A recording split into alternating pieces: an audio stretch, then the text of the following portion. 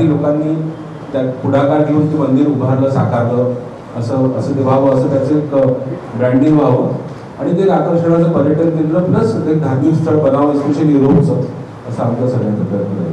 Thank you.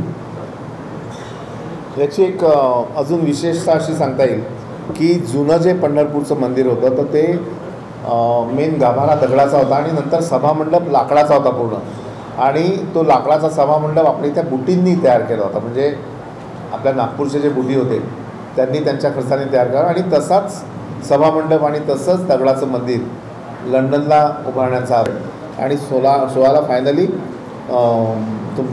तुम्हाला तो map जो आहे ना त्याच्यामध्ये दिला आहे की कुठल्या तारखेला कुठला देश असेल. जवळपास 22 देशांमधून ही वारी जाणार आहे.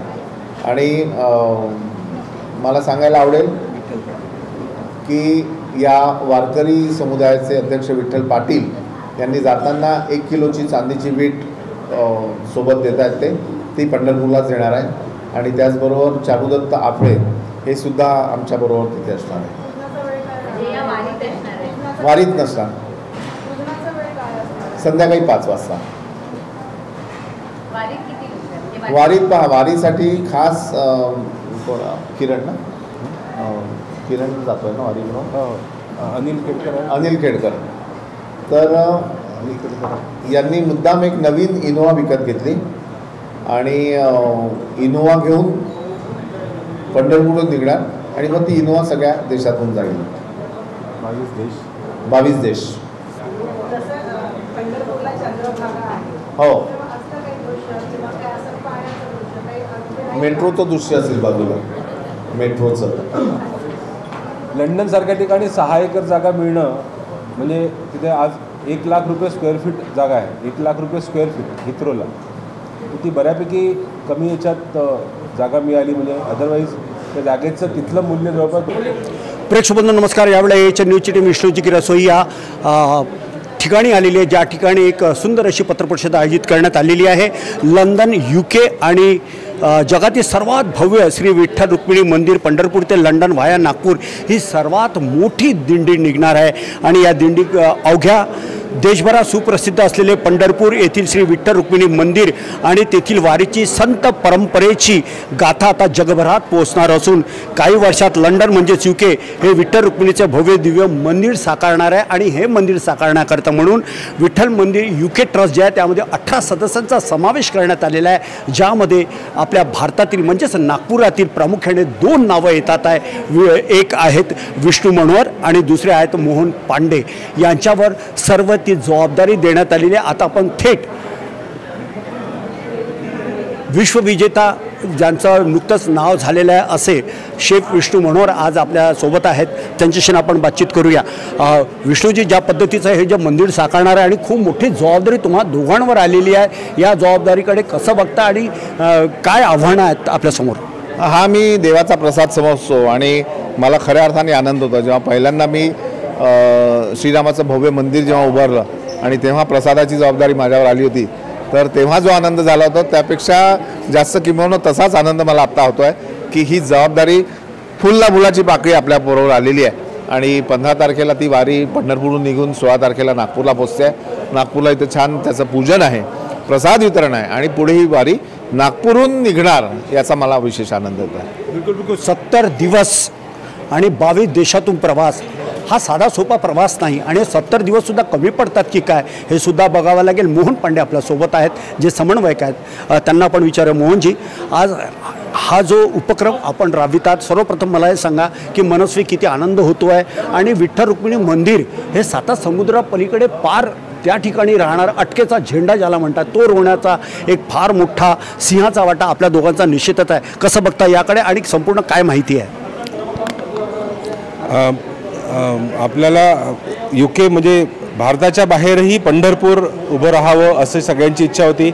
आपली युरोपमध्ये आपल्याला सगळ्यांना माहीत असेल की आपली म्हणजे भारतीय कम्युनिटी आणि त्यातही मराठी कम्युनिटी फार मोठ्या प्रमाणात आहे. सर्वांची इच्छा होती की तिथे असं एखादं मोठं भव्य दिव्य मंदिर उभं राहावं जे सगळ्यांचे श्रद्धास्थान होईल आणि विशेष करून युरोपच्या लोकांकरता एक पर्यटन स्थळ आणि एक धार्मिक स्थळ असं दोन्हीचं एखादं असं छान कॉम्बो तिथे व्हावं अशी सगळ्यांची इच्छा होती. सर्वानुमते असं ठरलं की पंढरपूरचं रिप्लाय का असलेलं आणि सर्व मराठी माणसांची श्रद्धा असलेलं पण विठ्ठलाचं मंदिर तिथे, विठ्ठल रुक्माईचं मंदिर तिथे उभं राहावं, त्या दृष्टीने आम्ही सर्व एकत्र आलो.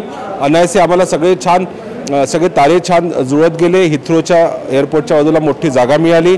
खूप लोक आमच्यासोबत जोडले गेले आहे. भरपूर फंड आम्हाला लागणार आहे तो आम्ही उभा करू आणि सगळे लोक त्या पद्धतीने भरपूर मेहनत करतात आहे. आणि माझ्यावर विष्णूवर जी जबाबदारी दिली गेली आहे की आम्हाला भारतातनं त्याकरता निधी संकलन आणि बाकी समन्वय करायचा आहे, ते आम्ही निश्चितच चांगल्या जबाबदारीने आणि आम्ही इमानी इतपारे ती पार पाडली. आपण मोहन पांडेकडे पुन्हा आहोत. पुन्हा त्यांना एक प्रश्न विचारणार आहोत. यावेळेला संग्राम चोरे आपल्यासोबत आहेत, त्यांना आपण विचारूया कसं बघता या कार्यक्रमाकडे आणि काय आपल्यावर जबाबदारी देण्यात आलेली आहे. फार आनंदाची गोष्ट आहे. विठ्ठलाचं देऊळ मंदिर होतं आहे UK आणि आम्हा सगळ्यांना खूप आनंद आहे आणि वारीचा सुद्धा आम्ही लाभ घेऊ. थँक्यू. बरं, तर आपल्यासोबत मोहन पांडे यांच्याशी पुन्हा आपण मोहनजी मला हे सांगा की ज्या पद्धतीचं हे सुंदर मंदिर, भव्य दिव्य मंदिर बनणार आहे, पण मंदिर ज्या ठिकाणी बनत आहे तिथे जागा निश्चितच लागणार आहे, तर ती जागा किती असेल आहे आणि काय सांगाल, ट्रस्ट कोणाच्या नावावर बनविलेलं आहे आणि भारताचे पंतप्रधानांच्या काय प्रतिक्रिया यावर? पंतप्रधानांपर्यंत आम्ही पोहोचलो नाही, आम्ही नितीनजी आणि सध्या देवेंद्रजींपर्यंत पोहोचलो. हा ट्रस्ट आपले तिथले जे मराठी विशेषकर नागपूरकर आहेत, म्हणजे तुषार घडीकर आणि अनिल खेडकर म्हणून 2 नागपूरकर मुलं आहेत आपले, आमचे मित्र जे आहेत ते तिथले व्यावसायिक आहेत, भरपूर सक्सेसफुल आणि यशस्वी व्यावसायिक आहेत. त्यांच्या पुढाकाराने होत आहे. त्यांनी एक ट्रस्ट स्थापन केला आहे, त्यात 18 लोक आहेत. त्या ट्रस्टमध्ये तुम्ही 2 अशा लोकांना घेऊ शकता जे ब्रिटिश नागरिक नाहीत आणि ते दोघं, त्यांनी ती जबाबदारी आपले स्टार शेफ आपले विष्णूजी मनोहर, ज्यांना आपण ओमनी प्रेझेंट म्हणू शकतो, जगभर यांचा सगळीकडे वावर आहे, जगभर यांचा क्लाउट आहे, प्रभाव आहे, ते विष्णूजी मनोहर आणि त्यांना मदत म्हणून मग त्यांनी मला आपण त्या ट्रस्टमध्ये घेतलेलं आहे. तर आम्ही दोघं ही जबाबदारी भारतात सांभाळू. आणि जागा म्हणाल तर 6 एकर जागा आहे. त्यातही म्हणजे विठ्ठलाच्या कृपेने ती जागा बऱ्यापैकी स्वस्तात उपलब्ध झाली, कारण ती जागा ज्याची होती त्याला ही कल्पना आवडली, त्यामुळे त्यांनी ती जागा आपल्याला बऱ्यापैकी कमी किमतीत दिली. नाहीतर त्या जागेचं आजचं बाजार मूल्य 200 कोटी आहे आणि पण आपल्याला ती बऱ्यापैकी स्वस्तात मिळाली, तर ती जागा घेण्यात आली. बिलकुल. विष्णूजी मला सांगा की हा उपक्रम राबविण्यासाठी म्हणून ही कॉन्सेप्ट, ही प्रेरणा कशी मिळाली की त्या ठिकाणी मंदिर व्हायला हवं? सर्वच मंदिरं असतात, मात्र असल्या प्रकारचं मंदिर कुठे ऐकिवात नाही आहे. ही प्रेरणा कुणाची मिळाली? बेसिकली प्रेरणा जी आहे ती अनिल आणि तुषार जे आहेत आपली नागपूरची मंडळी त्यांची आहे, पण त्याला थोडं मोठ्या प्रमाणात किंवा अजून जास्त बूस्टअप जो लागतो तो आमच्यासारखी अजून बरीच मंडळी आहेत त्या लोकांनी दिला आणि तिथून ती संकल्पना तयार झाली. आणि बेसिकली वारी काढण्याची जी संकल्पना आहे ती पूर्णपणे अनिलची आहे आणि तो स्वतःचे 65 दिवस जे आहे ते पूर्णपणे याला देऊन 15 तारखेला तिथून निघणार आहे आणि आपलं काम म्हणजे त्यांना सपोर्ट करणं. 22 देशातून ही यात्रा निघणार आहे. नेमकं काय होणार आहे आणि कसं लोक कोऑर्डिनेट करणार आहे? पायी जाणार लोक, बसने जाणार की विमानाने प्रवास करणार? कसं ते कोऑर्डिनेशन होणार आहे? पंढरपूरवरनं 15 तारखेला यासाठी एक वेगळी गाडी विकत घेण्यात आलेली आहे. हा पूर्ण प्रवास बाय रोड होणार आहे. जवळपास 70 दिवसांचा प्रवास आहे आणि पायी तर शक्य नाही, पण 22 दिवस जवळपास 50 ते 55 दिवसाचा प्रवास आहे. पण 70 दिवस आपण याच्यासाठी घेतले आहे की कुठे कुठे थांबून जिथे तिथे आपल्याला इंडियन किंवा मराठी कम्युनिटी दिसेल, जिथे आपल्याला माहीत आहे की ती कम्युनिटी आहे, तिथे त्याचा प्रचार प्रसार करणं, पॉम्पलेट्स देणं, काही लोकांशी बोलणं, निधी संकलनासाठी तिथे काही बिजर होता येतात का ते बघणं, या सगळ्याचा आम्ही तो एक ब्रिदिंग टाईम ठेवून तो 70 दिवसाचा प्रवास होईल, बाय रोड होईल, 22 देशातनं होईल. आणि प्रवास करणारे अनिल वगैरे हे सगळे ब्रिटिश पासपोर्ट असल्यामुळे त्यांना विजा वगैरे हा प्रॉब्लेम नाही. म्हणजे मला पुष्कळ लोकांनी विचारलं की आम्ही जाऊ शकतो का त्यांच्यासोबत, तर त्याच्यासाठी शक्य नाही की आपल्याला 22 देशांचा विजा मिळणं शक्य नाही. ब्रिटिश पासपोर्टवर विजा फ्री ट्रॅव्हल करता येतं, म्हणून सगळे ब्रिटिश नागरिक त्यात जाते. शेवटचा प्रश्न की यावेळेला AHN न्यूजचा लाखो प्रेक्षक वर्ग आपल्याला नीट ऐकतो आहे, बघतो आहे, काय सांगाल?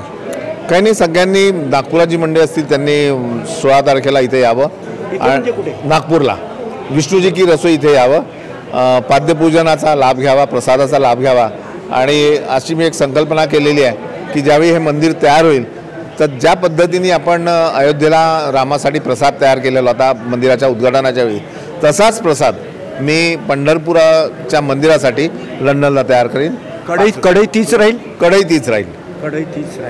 तर आपण ते प्रसिद्ध शेफ विष्णू मनोहर आणि मोहन पांडे ज्यांनी अतिशय चांगल्या पद्धतीनं माहिती देताना हे सांगितलेलं की कशा प्रकारचा हा कार्यक्रम राहणार आहे आणि या कार्यक्रमाकरता त्यांची जी संपूर्ण जी एंटायर टीम आहे ही कशी राबते आहे, ही फक्त प्रेक्षकांकरता राबते. आणि सर्वात मोठं एक आनंदाची बाब म्हणजे 7 समुद्रापलीकडे पार विठ्ठल रुक्मिणीचं मंदिर होणं ही काळाची गरज होती आणि ती त्या काळात जरी होऊ शकली नाही पण या काळात होते आहे. आणि याकरता म्हणून हे दोन्ही माझ्या या शहरातील नौजवान नेहमी अग्रेसर आहेत.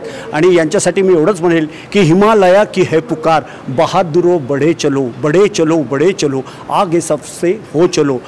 विठ्ठल नामाचा गजर जो आहे हा आता 7 समुद्रापलीकडे पारसुद्धा तिथले जे अनिवासी भारतीय आहेत, बाकीच्या देशातील जे आपले सनातनी लोक आहेत त्यांच्यापर्यंत ही एक फार एक जमेची आणि चांगली बाजू आहे. कारण विठ्ठल रुक्मिणीचा जेव्हा गजर होतो तेव्हा अंगामध्ये एक ऊर्जा आणि चैतन्य संचारते. यामध्ये तीळ मात्र शंका नाही. आणि यांच्या या उपक्रमाला HN न्यूजच्या लाखो प्रेक्षकांतर्फे आम्ही खूप खूप तुम्हाला शुभेच्छा देतो.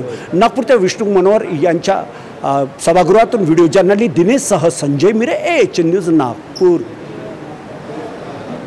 अरे वाह, पिकनिक की तैयारी? अब बेटा हम ठहरे डायबिटीज के पेशेंट, इस उम्र में पिकनिक वगैरह तो ना हो पाएगा, ज्यादा बैठने से पैरों में सूजन भी. तो फिर इतनी सारी दवाई क्यों? 90% ऑफ डायबिटिक पेशेंट की शुगर सिर्फ अप्रोप्रिएट डाइट थेरेपी से कंट्रोल की जा सकती है. अच्छा, अब क्या करें?